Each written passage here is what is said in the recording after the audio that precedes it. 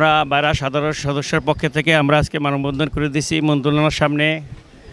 আমরা উদ্দেশ্য আমাদের একটাই, যেটা হলো আমাদের বন্ধ বাজারগুলোতে চালু হয়। তার মধ্যে প্রথমত আমাদের মালয়েশিয়া, ওমান, কুয়েত, বাহরাইন বন্ধ যে বাজারগুলো আছে, যেগুলো যে ছোটো ছোটো সমস্যাগুলো আছে, সেগুলা বর্তমান উপদেষ্টার মাধ্যমে আমরা এগুলো সংস্কার চাচ্ছি।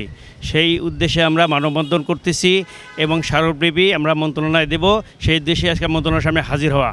তাই আশা রাখি প্রধান উপদেষ্টা এবং আসিফ নজরুল স্যার, যারা আপনারা এখন জনগণের সরকার, জনগণ সরকার হিসাবে আপনাদের কাছে আমাদের জনগণ হিসাবে অত্যন্ত আমাদের রিমিটেড যোদ্ধাদেরকে বাঁচিয়ে রাখবেন। আমাদের সবচেয়ে বড় জনশক্তি রপ্তানি আমাদের দেশে বড় একটা আয়, সেটাই আমাদের শিল্প যাতে বন্ধ না হয়ে যায়, এই শিল্প যাতে সচ্ছল থাকে, সেই দৃষ্টি আকর্ষণ করছি আপনাদের। সেই হিসাবে আমরা আজকে মন্ত্রণালয়ের সামনে হাজির হওয়া, মানববন্ধন করা, প্রেস ব্রিফিং করা এবং ইলেকট্রনিক ভাইদেরকে আমরা অনুরোধ করব আপনারা বিশ্বের সব জায়গা এই বিষয়টা ছড়াই দেবেন, যাতে আমাদের জনশক্তি রপ্তানি রেগুলারলি আমরা করতে পারি, সুন্দরভাবে করতে পারি, আমাদের রিমিটেন্স আর্ন করতে পারি।